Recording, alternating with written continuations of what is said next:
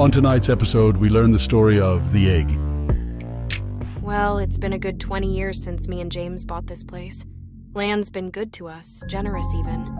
But we wish we had never moved here. The day started just like any other. I woke up at the crack of dawn and worked on my farm. The crop had been thriving. But when night fell, our farm did as well. The stars were brighter than usual that night. There was this odd feeling of anticipation, like what was about to happen had already happened, but also hadn't. Does that even make sense? Out of nowhere, a ship blinked into existence above us. It slowly descended until it was touching the ground in my cornfield. After a few seconds, poof, it disappeared. But then we saw what it had left behind, the crop circle and the egg sitting right in the center. Scared? That's an understatement. But we decided to hold our ground. We stayed put in our home, waiting and watching that egg. Before we knew it, Humvees, trucks, swarms of feds turned up. They wanted us to leave, but we weren't about to abandon our home. They agreed to let us stay, but under their watchful eyes. They'd supply our needs, but we were confined to our home. Felt a bit like we were caged birds on our own land. They covered the egg and the crop circle in a big tarp tent. They didn't want us knowing what they were doing. But we aren't dumb. I tuned my radio to their frequency and could hear all their radio communication. I overheard some important government folks. Seemed the crop circle was serving as an instruction manual for a contraption. After a few days, we saw them working on this massive structure right in our field. They worked tirelessly, and the incubator they built stood tall amidst our corn. It was a sight.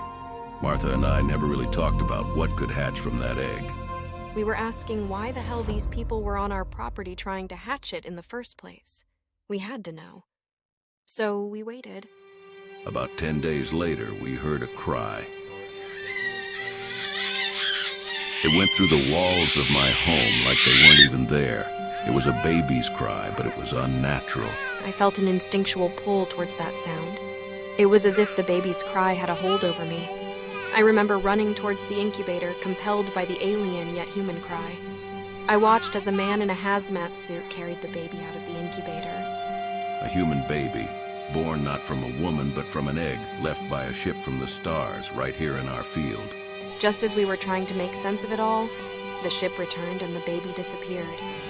We thought we should be relieved, but something felt off. I hadn't felt like this since my horse passed. The next morning, when all the monsters had left, everything was dead. All of our crops, our livestock, and... Martha and I both aged 15 years instantly. The baby stole it from us. Oh, I don't care if you believe me, it's what happened. Martha will tell you the exact same thing. I just want my farm back. It's been a year and nothing can grow. I would have been okay with the aging if my farm hadn't been killed. The government subsidizes our farm now. It's really just hush money to keep our mouths shut. Don't get me wrong, though, it's a lot of cash. But my conscience got the better of me. I think they'll be back, the aliens. And next time it won't be a baby anymore. The package, Dave, it's ready for return. Package, the egg? Exactly. Once the infant's back, we move. Everything changes. Understood, Charlie.